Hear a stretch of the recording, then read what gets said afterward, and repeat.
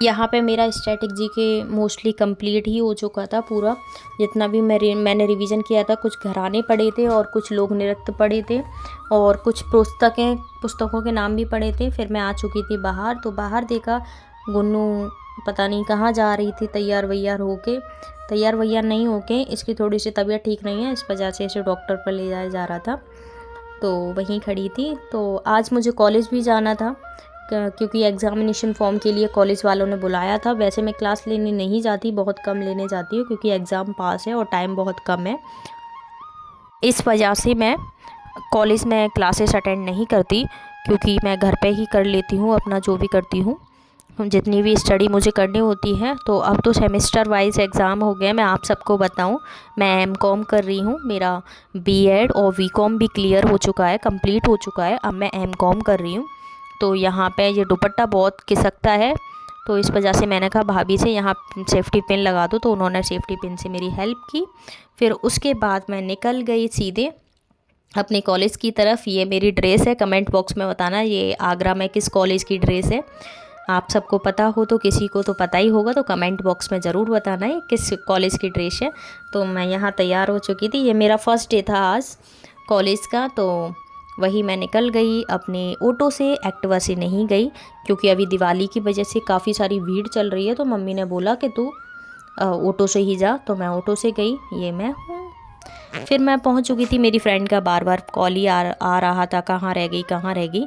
तो मैं फटाफट से कॉलेज पहुंच गई, फिर उससे मिली। ये मेरा कॉलेज है। इस कॉलेज का क्या नाम है आप लोग सभी कमेंट बॉक्स में ज़रूर बताना, अगर पता हो तो। सभी को पता होगा, गवर्नमेंट कॉलेज है तो सबको पता होगा और काफ़ी फेमस कॉलेज है। अब मैं बात करूँ, कुछ स्टूडेंट्स के कमेंट ये भी आ रहे थे कि मैं आप सबको बताऊं, आज एक गुड न्यूज़ भी आई है, क्योंकि अभी जो एग्ज़ाम होने जा रहा था हमारा आरपीएफ एसआई का, तो वो 5 दिसंबर को होने जा रहा था। अब जो डेट आई है चेंज हो गई है। अब जो डेट आई है वो 2 दिसंबर से लेके 12 दिसंबर के बीच में हमारा कभी भी एग्ज़ाम हो सकता है। तो 1-2 दिन आगे बढ़ भी गए हैं, तो आपके लिए प्रॉफिट भी है, क्योंकि 1-2 दिन में बहुत कुछ आपकी जो चीज़ें हैं वो आपको समझ में आने लगेंगी और आपको टाइम भी मिल गया। 2-3 दिन काफ़ी होते हैं, थोड़ा सा टाइम बड़ा है। तो यहाँ मैं कॉलेज पहुँच चुकी थी और मेरी फ्रेंड पता नहीं बोल रही थी कि तेरा यूट्यूब चैनल है क्या, तो मैंने उसे सब बताया, तो वो शॉक्ड हो गई। और मैंने बताया कि मैं मोटिवेशनल वीडियो भी डालती हूँ। ये भी मेरी फ्रेंड जो है ये अभी सेंट जॉन्स में न्यू बनी है। यहाँ हम लोग सब पहुँच चुके थे क्लास में काफ़ी और भी गर्ल्स आई हुई थी, सब न्यू ही गर्ल्स थी, सभी न्यू थी। मेरी कुछ ही फ्रेंड्स बनी हैं, अभी ज़्यादा फ्रेंड्स नहीं बनी। टाइम हो चुका था 10:30 के समथिंग, तो मैं कॉलेज पहुँच गई। यहाँ ये फ्रेंड्स वगैरह बैठी हुई थी कलरफुल ड्रेस में। मेरी ड्रेस सिल गई तो मैं ड्रेस में ही आई थी। यहाँ ये बैठी हुई थी, अभी न्यू फ्रेंड है तो इतनी फ्रेंडशिप नहीं है। यहाँ मैम भी आ चुकी थी क्लासेस में, तो एग्ज़ामिनेशन फॉर्म सबको डिस्ट्रीब्यूट किए थे। मुझे भी एग्ज़ामिनेशन फॉर्म फिल करना था, तो मुझे भी जो फॉर्म था वो मिल चुका था, एग्ज़ामिनेशन फॉर्म। तो एडमिशन तो हो ही गया, सॉरी, एग्ज़ामिनेशन फॉर्म मिल गया। यहाँ मैं अपने मैम नाम ले रही थी तो उसका वेट कर रही थी। फिर मैं फटाफट से घर आ गई अपने, और घर आके देखा टाइम हो चुका था लमसम 3। मैं इतनी थक चुकी थी, बहुत ज़्यादा थक चुकी थी, क्योंकि ऑटो से जाओ तो बहुत थक जाते हैं। फिर उसके बाद मेरे सभी मोस्टली स्टूडेंट आ चुके थे, तो मैं फटाफट से पढ़ाने ही बैठ गई थी तुरंत, क्योंकि बच्चे आ चुके थे, वेट कर रहे थे। 3 से 4 मैं ट्यूशन पढ़ाती हूँ, तो सभी बच्चे आ गए थे। छोटे छोटे प्यारे बच्चे मुझे बहुत अच्छे लगते हैं, ये दोनों मेरे फेवरेट स्टूडेंट हैं, तो इन्हीं को मैं समझा रही थी। और एक स्टूडेंट जो है वो बोर्ड पे कुछ कर रहा था। यहाँ पे ये है मेरे टोटल स्टूडेंट, अभी 3-4 स्टूडेंट और एब्सेंट हैं। तो बोल रहे थे मैम आप कहाँ पे रिकॉर्ड कर रही हो, क्यों रिकॉर्ड कर रही हो, तो इन सबको मैंने भी बताया।